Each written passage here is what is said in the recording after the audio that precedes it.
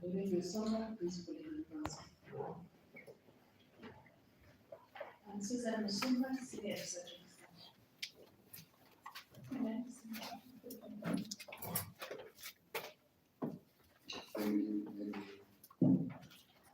Nominee introduce herself.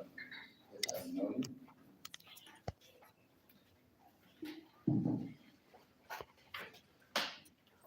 Through the speaker and the honorable members of this committee, my name is Penina Mukabane.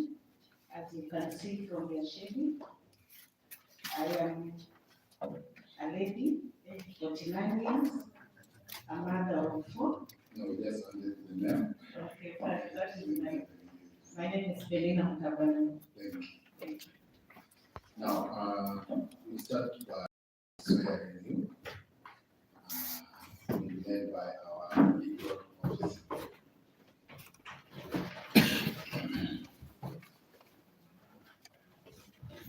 Use the Bible, if you are a Christian, Quran, you can affirm.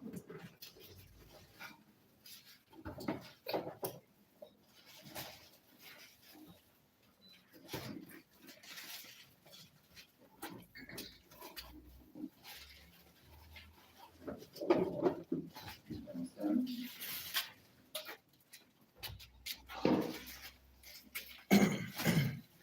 I, Penina Mukabane, do swear that the information and evidence that I shall present before the Committee on Appointments in respect to the matter before committee shall be the truth, the whole truth, and nothing but the truth. So help me God. Thank you. You may be seated.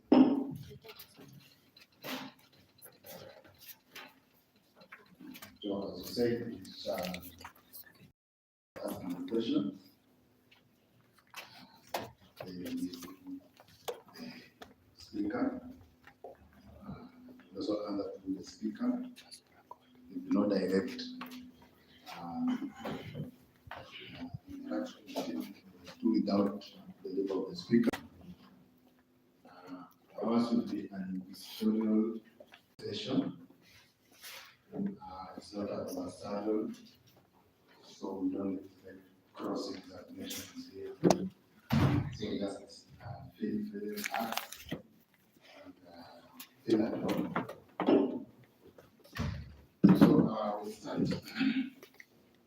I start by asking you, I want to know the journey of your life. Who is this Penina? And what journey has she traveled in this year before us? And once the CEC or lands, housing, urban areas, and physical land. A very big topic that is. Thank you very much.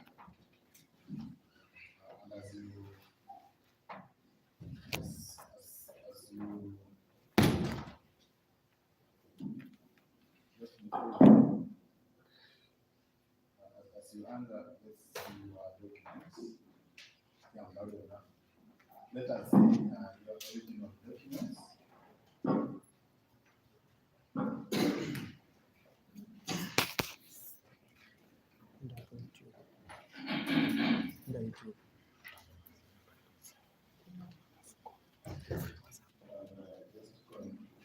And confirm to my checklists.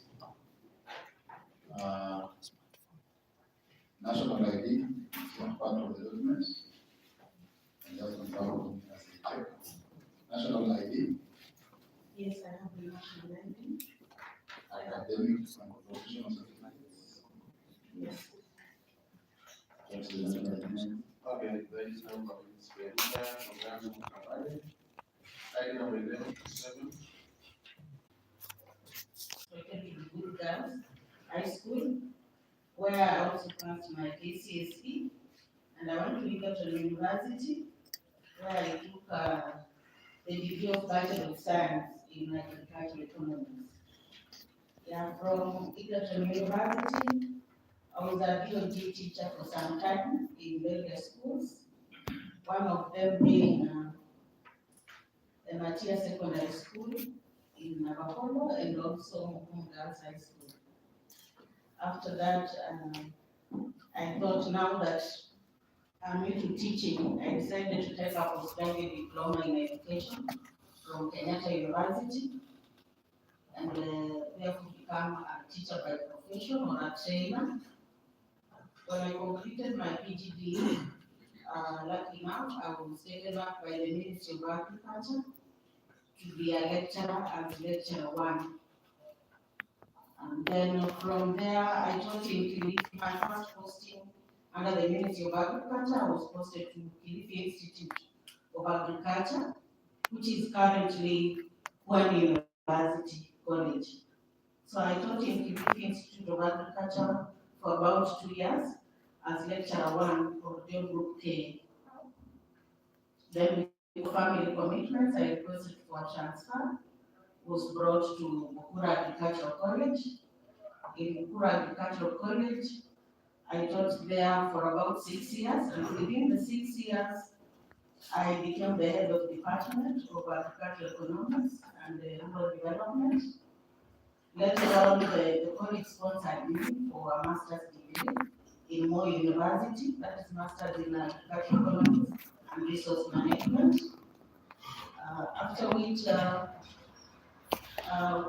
after completed my coursework, I saw an advert in the newspaper for county executive committee members in Kakamega. That was 2013. I applied and I was taken as the CEC environment. So from 2013 to 2015, I was holding 2 dockets, that is CEC environment, water, energy and natural resources, and at the same time I was acting CEC agriculture. Because my colleague who had been taken for that position didn't succeed to go through the vetting. So I held 2 portfolios for 2 years, and because of the good work I did in the 2 departments, I was moved to the Department of Health, which by then had many challenges. So from 2015 to 2018, I was the County Executive Committee member for Health Services. And for that period, while I was CEC environment, I managed to raise the water access from 52, access to piped water from 52% to 54%. And this I did through expanding the water network from Tindino. We also started a new water supply in collaboration with Victoria North Water Services in Mumias. So we created a new water supply in Mumias where the intake was Navajo.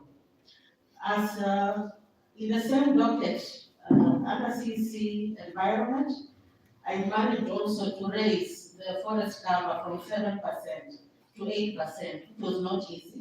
This I did by partnering with the department, with the KFS and KWS. We planted trees in the forest, and we also planted trees in schools. As CEC Agriculture, I initiated the One Cow Initiative program, and this I did after I visited Rwanda. I wrote a concept note and the governor approved. So I initiated the One Cow Initiative, and also I saw that for us to be able to improve our breeds much faster, we will not be able to give every farmer a cow. So I started the subsidized artificial insemination program, which went on very well, and I think it's still in progress. As CEC Health, I managed to use my diplomas in advocacy skills, whereby when the national government introduced the managed equipment services, as the Kakamega County, we were only supposed to be given a theatre and a renal unit. But I went further to the office of the president and talked to the chairman of MES, who was Mr. Moreko at that time, and he accepted to give us an ICU. So the county did give me money for the ICU, but they gave me space. They gave me an old kitchen that was totally burnt. So what I did, I talked to Moreko, and apart from bringing the ICU beds and the other accessories that come with it, they wrote an extra BQ just for the purpose of Kakamega County and because of my request. They renovated the old kitchen and we put up 6 ICU beds. I also requested them to train for us ICU nurses because we only had one. So we trained 4 others at Moi Teaching and Referral Hospital at my request. So those are some of the few. Actually, there are many, I can't name all of them. They are quite a number. I also initiated the Regional Blood Transfusion Center at the CGH. So from that time, after that, the governor's first term ended, and later on I came in as agenda advisor, a contract of 2 years now. This time it wasn't 5, it was 2 years. That's in the second term? Yeah, the second term. I was appointed agenda advisor, and during this period, those of the agenda advisor did not have any allocation, no budget allocation at all. So I also had to liaise with the department. I brought in quite a number of partners, including Practical Action, who also came in and they managed to work with communities and they invested in the renewable energy programs, like the solar lamps, energy saving vehicles, and all. They trained our people and they gave them seed money to start businesses. And also I was in front in advocating for fighting teenage pregnancy and fighting gender-based violence, which I did very well with other partners like Soroptimist International, Building Livelihoods, and so on. There are quite a number in Kakamega who are working on that. Thank you. Thank you for that illustration. Now, give us an overview of the mandate of the Ministry of Lands, Housing, Urban Areas, and Physical Planning. Thank you so much for that question. My specialty is agricultural economics, but because I was given this topic and I done quite a bit of land law in the college, I went out of my way and I got information. I know that within the Ministry of Lands, we have got various sections. We have got land, which includes the survey. We have got fiscal planning. Under fiscal planning, also we have the 2 municipalities, that is Mumias and Kakamega Town, the urban areas. And then we also partner with other players in national government because we have got some functions that are not fully devolved. So the Ministry of Land needs to work closely with the National Land Commission and the Environment and Land Court to be able to achieve. So in the Ministry of Land, actually, that is where it's the nexus, where all the other ministries converge. Because without land, you will not do anything. Without land, you will not do agriculture. So I already know the economic value of land. And for me to be able to achieve my mandate in this ministry, I'll have to partner with other players as well. One of the priorities we need to do in this county is to have a spatial plan for the entire county. We already have a spatial plan for Mumias municipality. We have a spatial plan for Kakamega municipality. I don't want to with what plans you have. Just wanted an overview of what it entails. Yeah, the Ministry of Land entails also creating a bank. Yeah, creating a land bank for county development programs and projects. We also need to maintain our borders for county institutions and all those, and to fence them off. And then also we need to ensure that all allocated land, we are able to get land rates and land rent from those lands. And then we need to survey all the market areas. Some have been done, some are in progress. So as a ministry, we need to ensure that we have surveyed all our market areas, all our townships, and we have all land allocated and in our records. You mentioned about municipalities. There are 2 municipalities in Kakamega so far. Now tell me, under the regime, are they autonomous or semi-autonomous? Yeah, through the speaker, I want to say that these 2 municipalities, I would say they are semi-autonomous. semi-autonomous. And they are semi-autonomous because each of them has a manager. And this manager is some kind of an accounting officer, although they work in consultation and in collaboration with the county minister and the county chief of Sunday government as well. They have a board. It's capable of being sued and Yes. capable of being sued and they can sue on their own. I'm saying they are semi-autonomous. I'm saying they are semi-autonomous because they are established by the county government. No. They are established in The urban urban areas. areas. Yes. Yes, but they are answerable to the county government. Thank you. I get some more questions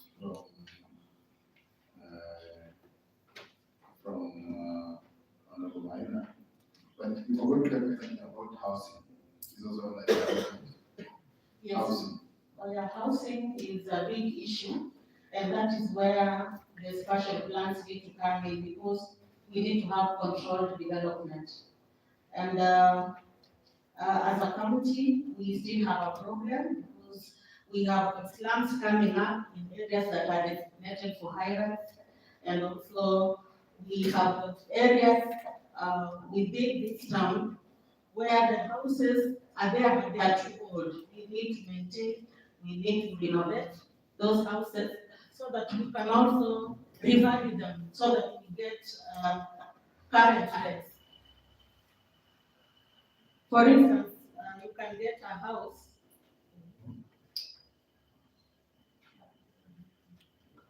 Yeah, you have a house maybe of 4 bedrooms, and somebody is paying rent of 2,000. So we need to do current valuation. Yeah, for us to get good value from those houses, we need to revalue them. We need to renovate and maintain them properly. Then we increase the rent a bit so that we get value for our money. Okay, thank you. So, Honorable Maina.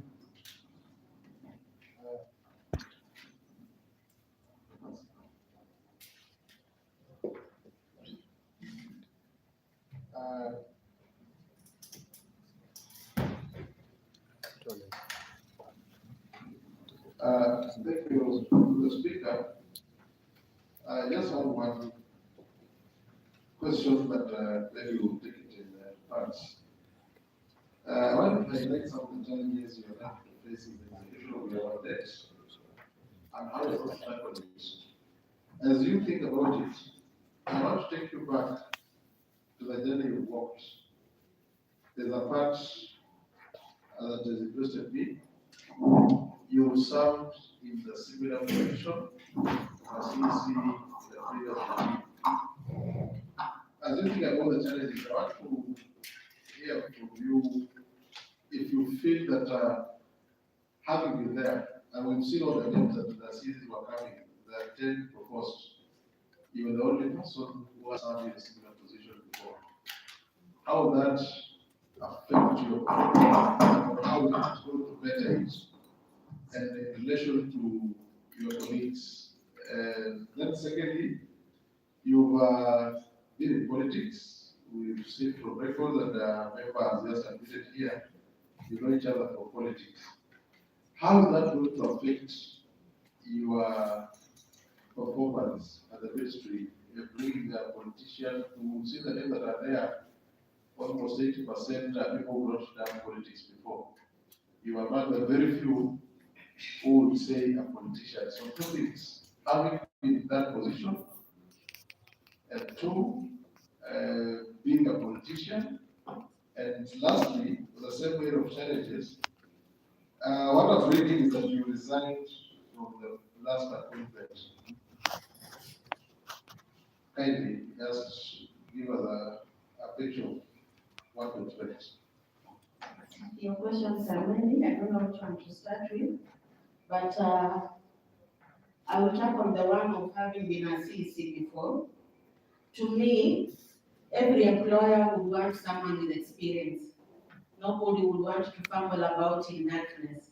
So for me, having been a CEC before and having acquired my master's in the process, and having had some other trainings in terms of senior management, strategic leadership, corporate governance.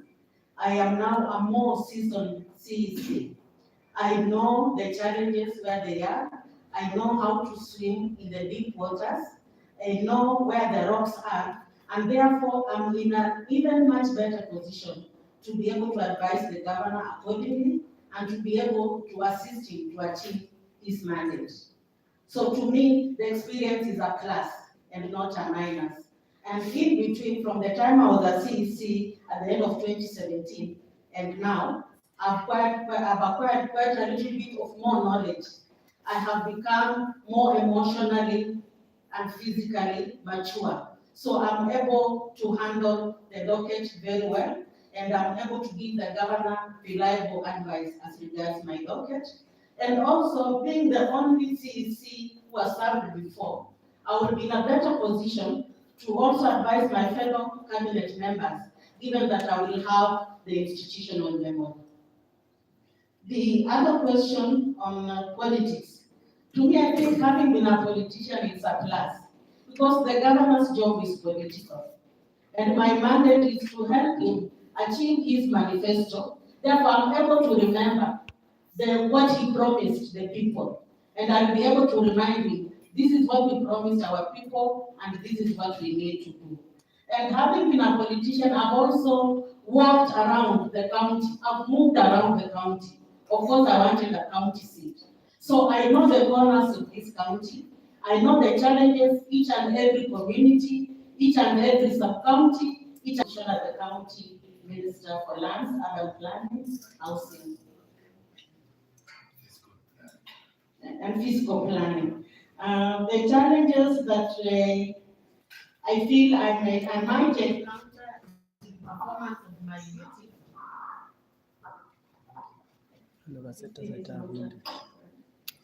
Yeah, in the performance of my duties, the biggest challenge with that ministry right now is inadequate staff.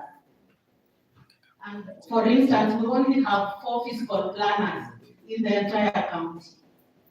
For the surveyor, we only have 1 county surveyor who's most qualified, and his time for retirement came, but he was given a contract because we've not been able to recruit. So my first assignment, when you confirm me after this, and thank you for asking that question, would be to ensure I have the right staff in place, I have the right equipment in place to be able to achieve my mandate.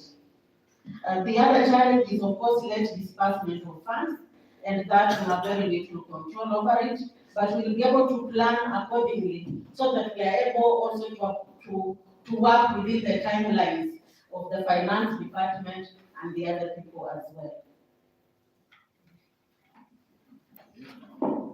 Thank you. We'll get another set of questions from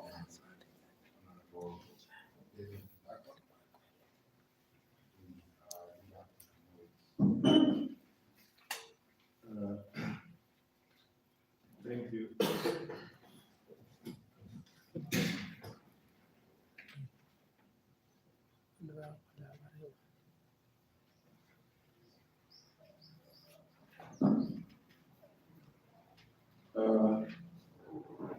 Thank you, Chairman. Let me declare that I happen to know the nominee. She was our ANC candidate as another party before she moved to UDA. But I was still happy because she's in the family of Penina Mukabane. Before you could go vote for her on the ballots, I only asked the presiding officer to tell me that she's not on the ballot as her own. So I happen to know her, but that one will know what pertains to me right away.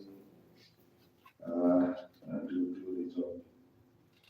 I'm happy to say that your docket is all about your excellent development of plants in Penina County. As you know, you've been part of it now, it's 10 years. We've had CECM Lands. That's finished developmentally. because of issues that we are not aware of, but to an extent they say there are some hindrances. And the infrastructure there is so superb. What will be a take on that? That is number one. Then number two, Malaba is the third rated town in Kakamega after Kakamega and Mumias. But all year in, year out, we've been allocating as an assembly for it to be upgraded to become a municipality. Even the World Bank funds have always been coming, but to no avail of its recognition. With everything done as Malaba has overtaken it. So what will be your take on it? Then maybe number three, Kakamega is projected to be competing authority for being given an awarded city status. So what will be your measure on the same when you create the topic? Then lastly, this one is on a right note. Now that you are in our ANC, you did talk to us when you are leaving. We joined you here, you did talk to us when you are leaving. And initially, you were you resigned. Out of order. Drop that question. Chairman, there is a lead on the same why I want to get the clarity of the last statement. That was a case of reference. Let's go straight to the point. I'm saying that you resigned initially, and from the history, even on looking at your paperwork, what the chairman is trying to cut me on, it is stated. So what I'm saying is, given this portfolio, given this chance, what assurance are you giving this committee or to your employer that at no any time again you will live in a home without a measure of consideration? Thank you. Thank you. Now, members, I'm told the reason why this mic are disturbing is that they are all interlinked. So when you finish talking off your mic, it does not disturb the other. So as you finish, just switch it off. Thank Yes, you, I can take the questions. Through the chair, I'm happy you asked that question because I think this will give me an opportunity to clarify. Because people may understand it wrongly, and it's important I make this clarification.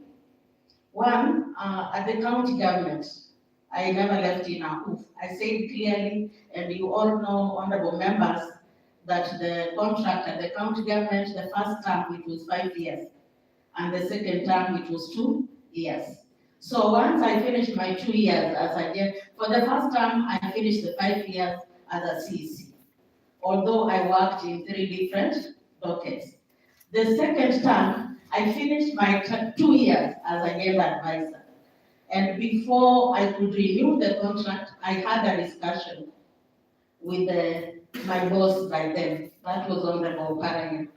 And I told him that I intend to go into politics. And I know ODM will not give me a chance because the incumbent still has a lot of ties to the party members and the party officials. And therefore, I need space to grow.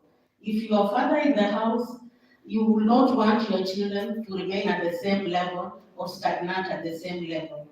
As you work, you look at your future prospects. And therefore, I wouldn't say I resigned I left in a half because my tenure as a gender advisor was just 2 years, and I cleared the 2 years. What I did not do is to ask for renewal because I had other prospects.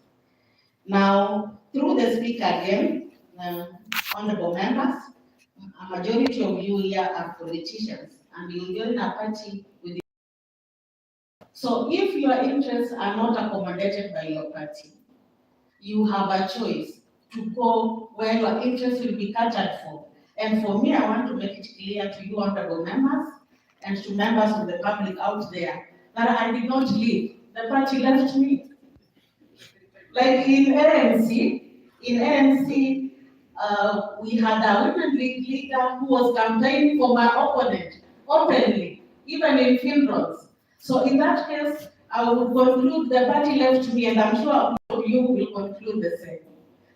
In UDA, no nomination was conducted. My supporters went to the polling station to vote for me on the nomination day. They didn't see my name. Nobody gave me an explanation, and I could not explain anything to them. So, and nobody called me to tell me anything. So in this case, who left the other, honestly? It's the party that left me. UDA left me. And you know, when you are a prodigal son, and your father sees you suffering out there, he will not leave you to continue suffering. And ODM Stokazimino was my father and my mother. And they saw me suffering. And they called me. And I came back as the prodigal son or daughter that I was.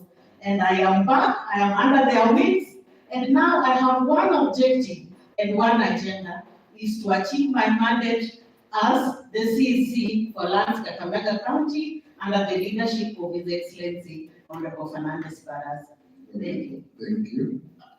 Thank you. So you are not a party hopper. No, I'm not. It's the party that now I'm back home. Yes, something about Municipality. yes, the Madama municipality roads and so Madama township has to be upgraded to be a municipality, and then also talk about the land triangle, the Minas triangle. Yeah. And as you do that, you can also talk about the municipality, the Kakamega city status. Now that this is under your docket. Once again, through the chair, I want to appreciate the honorable member for bringing up this question, because it is top on my agenda. Once you confirm me, it is top on my agenda to ensure that all the sub-county headquarters become townships. And this will encourage investors to come in, because once it's a township, it will have a committee to control that township. And those are some of the conditions that are given by donors and other supporting organizations. And so Bujare and Malaba have already been earmarked. It's already in the plans. I'm sure you've seen those plans. And we will add on the other townships as time goes by. It's unfortunate, Malaba started a long time ago and it's lagging behind, but I'm sure to take care of that anomaly once I'm in the office. Mumias Triangle has got historical problems. It was established in 1979 to expand Mumias town. But you see, because of delays in implementing that spatial plan, and also having been overtaken by events, it was left unguarded, and therefore some people encroached and took some part of that land. And so as a ministry, together with my team and in collaboration with the National Land Commission, we are going to relook at that Mumias Triangle, survey it properly, and then allocate it for housing, or the county government might choose to put up a housing complex to be able to have affordable housing for our people, including our staff. Kakamega town, Kakamega municipality, the county government is in the process of ensuring that it attains the city status. And this will also be top priority on my agenda to ensure that we meet the qualifications that we need in order to have Kakamega as a city. Of course, we need to have a population of more than 250,000. We need to have adequate sewerage, adequate housing, adequate water, and other social amenities. And we might have to revise our spatial plan to be able to achieve that. And I know it's in progress, and I'll not put it aside. I'll make sure I continue so that it's on course. Thank you. Then, just to clarify purposes, the 1979, the nominee talking about is the trial, not the establishment of Yes Town. Yes Town is the second oldest town in Kenya. It's older than Kisumu, it's older than Nairobi. The only oldest town is Mombasa to Yes. So, but I think she was talking about the trial that was established in 1979. Now, we can have another set of questions.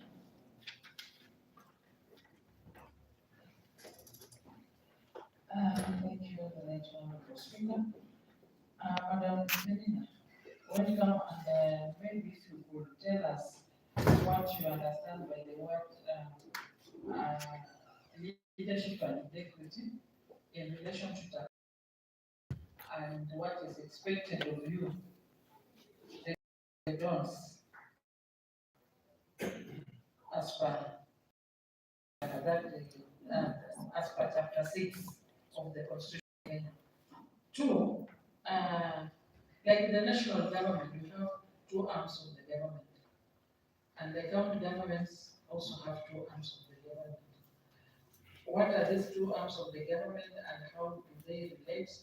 And maybe you elaborate on the functions of each. Thank you. Through the chair, thank you so much, Honorable, for asking that question, because it applies to me as a person as well. Now, leadership and integrity, as enshrined in our chapter 6 of the Constitution, dictates the conduct of all state officers and public servants.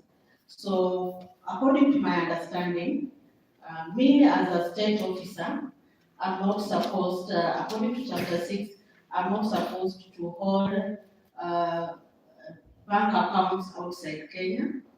I'm supposed to be impartial in conducting my work and duties. I'm also not supposed to be involved in any other gainful employment during the course of performance of my duties. I am also not supposed to hold any position in a political party. That is according to chapter 6 of the Constitution. On leadership and integrity. There is quite a number, but those are few that applies to us as state officers.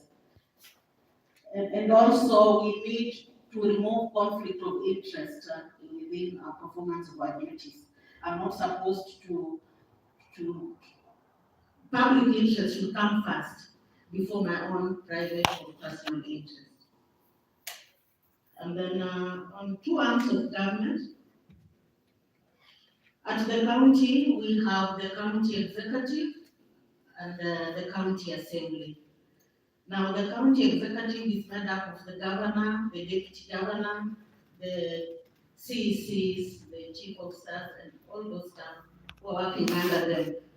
While the county assembly, we have the honorable speaker, the leader of majority, the leader of minority, the members of the elected members of the county assembly, all the nominated members, and all that happens within that assembly. And the two arms have to work together in collaboration for them to be able to achieve service delivery for the people of Kakamega. Now, the county executive has got its role cut out for itself. The county executive is supposed to implement county legislation. The county executive also is supposed to implement national government legislation as far as it's possible within the county government or within its departments. They are also supposed to propose laws for consideration by the county assembly, so that we come up with laws and regulations that will help us to perform our duties and responsibilities much better. Now, the county assembly, its major role is oversight and representation. They also do the work that you are doing now, vetting public appointees. They are supposed also to do public participation so that the common mwananchi out there is able to know what programs and what projects are being done for them at the county level. So they both have their work clearly out, and they need to have that synergy in order to work together for the benefit of the residents of this county. Thank you very much. Honorable candidates.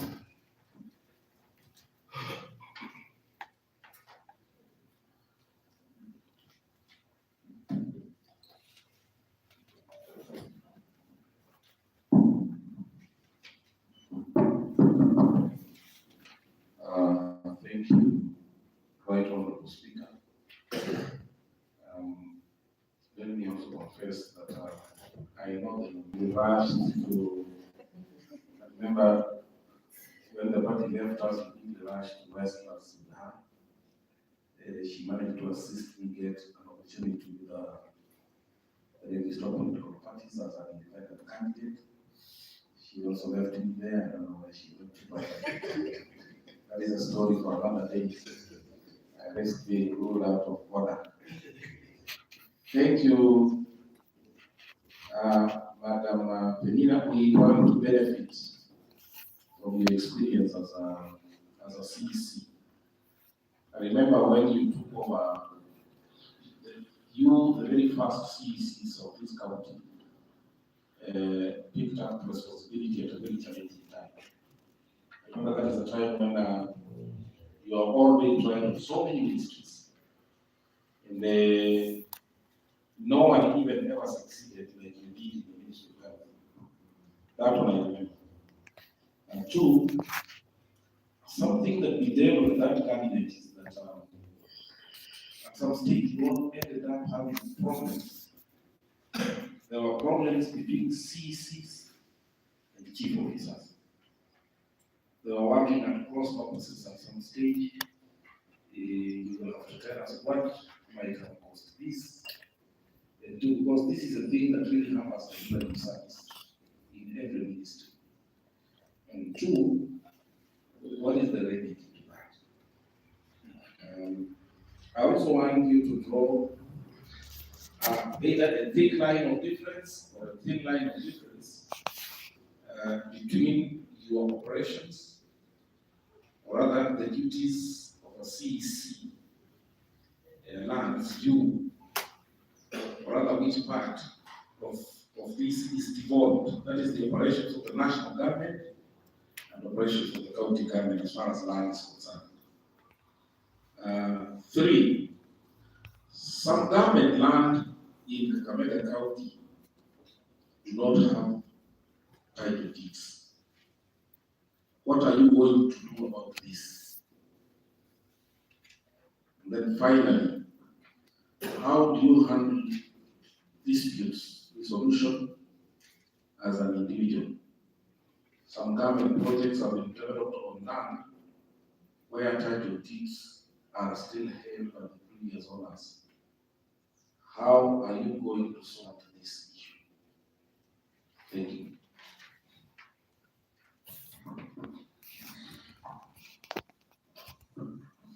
Through the chair, I want to thank the honorable member for asking me that question, because I'm sure it was on the minds of many people. When we come in as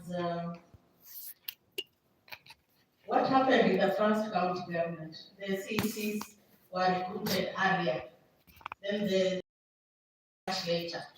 It was a difference of about 4 months. So the CECs were used to doing the work that even belongs to the chief officers.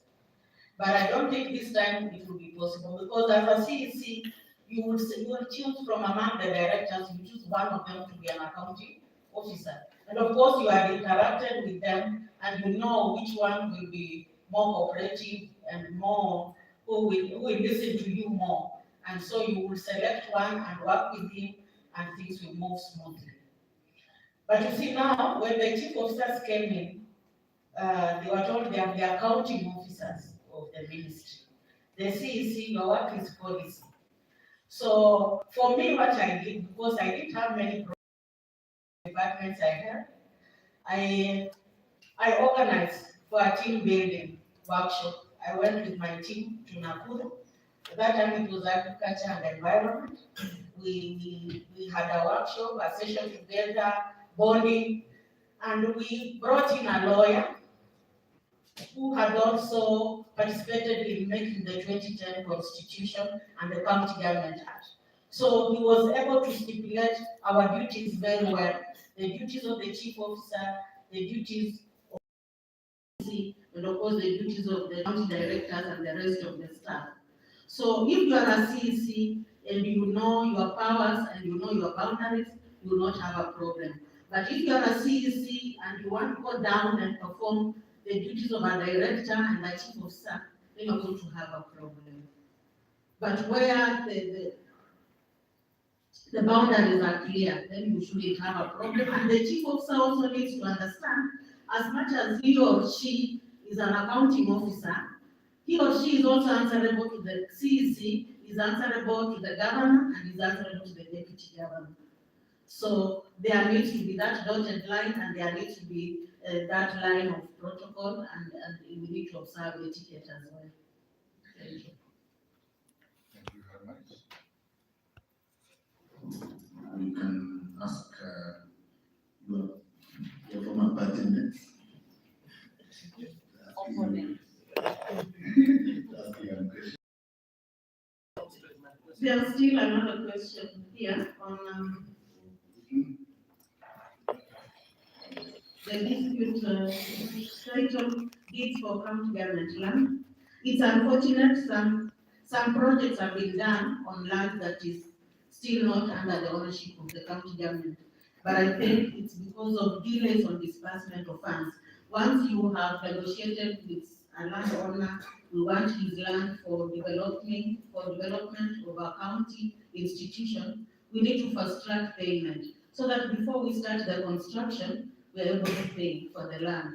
But I've seen cases, for instance, there is a case in Butsotso East where a dispensary lies on land that has not been fully paid for. So that anomaly shouldn't be there, and there needs to be consultation between the ministries concerned. If you are the user ministry, liaise with the Ministry of Lands to ensure that land is paid for before you do any development. And of course, finance needs to fast track because they will release the money for building the dispensary before they release the money for buying the land. That is why there needs to be synergy between the departments. Thank you. Yes, thank you very much. Nancy Luceno, may ask you a question. I don't ask about the rivalry in the party.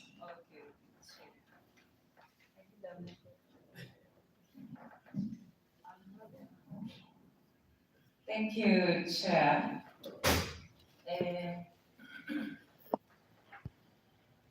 What would be the best strategies to improve access and provision of low-income housing in less developed countries like us? And why I ask this, Chair, is because one day I was traveling from Nairobi to Mumias with a small girl. So she was sleeping all the way.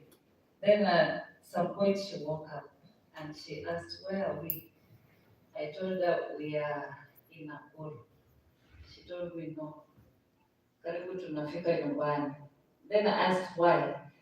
She said, "Ninaona nyumba mingi za matope." You know, that is a simple statement, but it's heavy. Because she knows it can't be Nakuru. It is only around home that we have mad houses. So you are not just going to be the CS for land, there is also housing. We have urban areas and physical plan.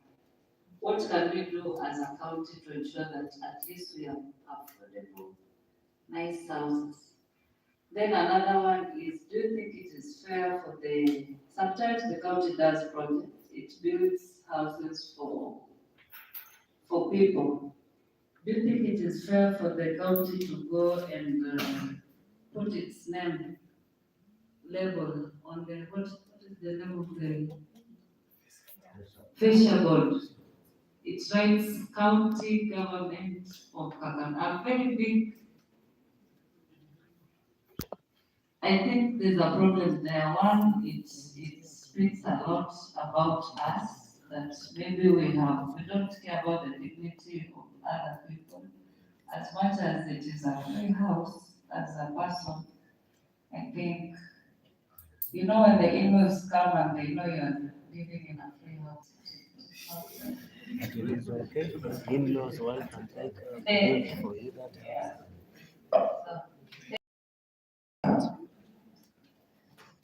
Yeah. Through the chair. Thank you, Honorable Madam, for asking that question, because housing is top on the agenda of most people in this town. If you look at the spatial plans of this town, for instance, Amalemba is just supposed to be high rises. But if you go into Amalemba using that street that goes to the airstrip, you'll be able to see some mabati houses, some mud houses. And I know the government has put in some previous efforts to be able to develop affordable housing. We've had partners coming in and then they withdraw, some stall. But I'll go, once I'm there, I'll be able to get the deeper story behind that. But as a person, I want to believe housing is fully devolved. It's the responsibility of the county government. Therefore, it is my responsibility as the CEC in charge to lobby for more funding from you people, allocate more funds for housing. And also, I'll be able to reach out to other partners like World Bank. And there is also ongoing program, the Kenya Urban Support Program, the KISI program, and reach out to them, and we'll be able to develop affordable housing for people, even if it means somebody paying 500 per week, and eventually be able to own that house that you stay in. Then we'll be able to do that using the mechanisms and funds that are available. And we don't even have to do the mud and the mabati.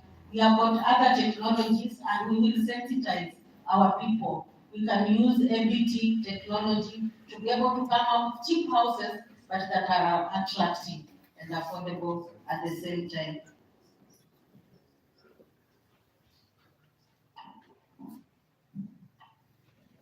Thank you. That kind of Mercy's reminds me of the story of Nabongo Munya and then I could ask, what one member has asked, why did Munyas lag behind if it was a second? The second oldest in Kenya. The story is told that when Munyas Nabongo was told by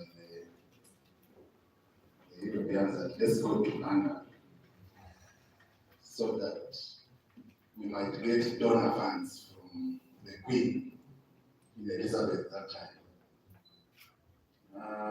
Mumia went all the way by road and then reached Mombasa, where they were supposed to board a ship. When Mumia was told to enter that ship, he said, no way, it's not possible. Can a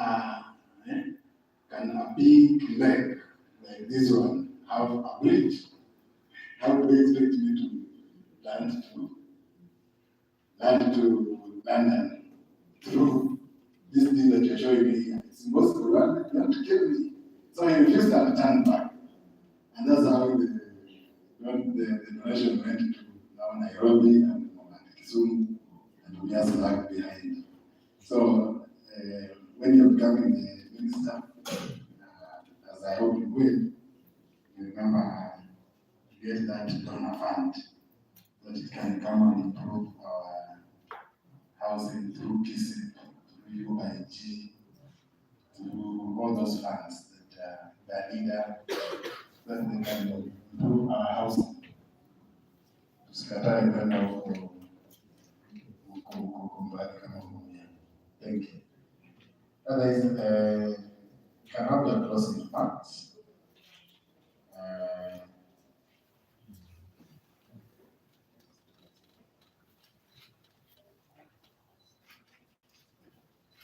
So let us have your closing remarks as we wind up the session. Through the chair, I want to appreciate these honorable members. I want to acknowledge that you've really done your homework. I've never had such a thorough vetting process for the time I've been vetted before. So I want to tell you that the caliber of the members of the county assembly that we have has gone a notch higher.